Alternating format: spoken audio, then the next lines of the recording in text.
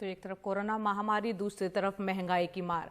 बहरहाल दिल्ली की बात करते हैं, जहां प्राइवेट स्कूलों में पढ़ने वाले छात्रों के अभिभावकों की मुसीबतें बढ़ गई हैं, क्योंकि स्कूल उनसे पिछले पूरे साल और मौजूदा साल की बकाया फीस मांग रहे हैं। दिल्ली हाईकोर्ट ने स्कूलों को ऐसा करने की इजाजत दे दी है, जिसके बाद दिल्ली सरकार ने बाकायदा आदेश जारी करके बताया है कि बकाया वसूलने की प्रक्रिया क्या होगी। देखते हैं शरद शर्मा की रिपोर्ट।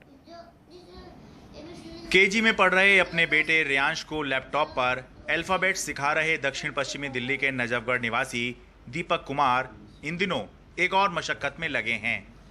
इनके 2 बच्चे हैं और दोनों ही प्राइवेट स्कूल में पढ़ते हैं। स्कूल ने पिछले पूरे साल और इस साल के 3 महीनों की बकाया फीस करीब 1,12,000 रुपए देने को कहा है। प्राइवेट नौकरी करने वाले दीपक पूछते हैं कि आज के माहौल में इतना पैसा कहां से लाएं? अगर हम टोटल आउटस्टैंडिंग कुछ महीनों का देखें और जो 2 बच्चों के केस में 1 लाख से ज़्यादा का बन रहा है, तो ऐसे में ऑब्वियस सी बात है कि हम अभी इसको पे करें और हर महीने वही 15-20 हज़ार रुपये, 20-25 हज़ार रुपये कम से कम हमें 2 बच्चों की फ़ीस का खर्चा महीने का आ ही जा रहा है। तो ऐसे में एक मिडिल फैमिली जिसकी सैलरी एक बहुत लिमिटेड है या उसकी इतनी ग्रोथ भी नहीं है, उनके लिए बड़ा चैलेंजिंग है कि वो इतना ज़्यादा अमाउंट कहाँ से पे करेंगे। दरअसल बीते साल अप्रैल 2020 में कोरोना की एंट्री होते ही दिल्ली सरकार ने प्राइवेट स्कूलों पर लगाम लगाते हुए केवल ट्यूशन फीस लेने की इजाजत दी थी। हाल में दिल्ली हाईकोर्ट ने प्राइवेट स्कूलों को इजाजत दी कि वो ट्यूशन फीस के अलावा दूसरी जायज फीस और चार्ज जैसे डेवलपमेंट फीस, एनुअल चार्ज वसूल सकते हैं। इसी के तहत दिल्ली सरकार ने विस्तृत आदेश जारी कर बताया कि प्राइवेट स्कूल 2020-21 और 2021-22 के लिए सभी जायज फीस और चार्ज अभिभावकों से ले सकते हैं, लेकिन 15% की रियायत देनी होगी। अभिभावक 6 मासिक किश्तों में बकाया चुका सकते हैं। अगर किसी स्कूल ने ज्यादा फीस वसूली है तो वो लौटानी होगी या आगे एडजस्ट करनी होगी। फिलहाल किसी को स्कूल फीस बढ़ाने की इजाजत नहीं है। स्कूल केवल 1 महीने की फीस लेगा, 3 महीने की नहीं। स्कूल बंद रहने तक कोई ट्रांसपोर्टेशन चार्ज भी नहीं लिया जा सकेगा।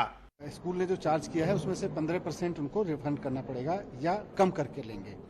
तो जो पिटिशनर स्कूल्स हैं उनको तो 50% या तो वापस करना पड़ेगा बच्चों को या आगे उसको एडजस्ट करना पड़ेगा, और बाकी 450 स्कूल्स के अलावा जो स्कूल्स हैं उनके ऊपर तो 18/4 का ऑर्डर पहले से ही लागू है। अभिभावकों की लड़ाई लड़ने वाले दिल्ली अभिभावक संघ का कहना है कि कुछ स्कूल कोर्ट के आदेश की आड़ में मील चार्ज और ट्रांसपोर्टेशन चार्ज भी मांग रहे हैं, जबकि बीते साल और मौजूदा साल में बच्चा स्कूल ही नहीं गया तो उससे खाने और बस के पैसे कैसे मांगे जा सकते हैं। पीतमपुरा का एक बड़ा नामी गिरामी स्कूल है। आप ट्रांसपोर्टेशन की बात कर रहे हैं सर, ट्रांसपोर्टेशन में तो फिर भी समझ में आता है इनके पास बहाना है कि हमने ड्राइवर रखा हुआ है, हमने कंडक्टर रखा हुआ है, उसकी मेंटेनेंस है, चलो थोड़ा बहुत ले लेते हैं। मील चार्जेस ले रहे हैं सर, एक्टिविटी चार्जेस ले रहे हैं। बताइए मील चार्जेस कौन सा इनका राशन खराब हो गया जिसकी चार्जेस से बच्चों पे थोप रहे हैं। दिल्ली में करीब 1700 प्राइवेट स्कूल हैं, जिनमें करीब 15 लाख बच्चे पढ़ते हैं। इन दिनों इन सब के अभिभावक बस फीस का इंतजाम करने में लगे हैं। असल में अभिभावकों ने पिछले पूरे साल अपने बच्चों की केवल ट्यूशन फीस स्कूलों को दी और राहत की सांस ली, लेकिन इस बार उनको डबल झटका लगा है। उनको अपने बच्चों की ट्यूशन फीस के अलावा बाकी सभी फीस और चार्ज तो देने ही पड़ रहे हैं, बल्कि पिछले साल का बकाया भी देना पड़ रहा है।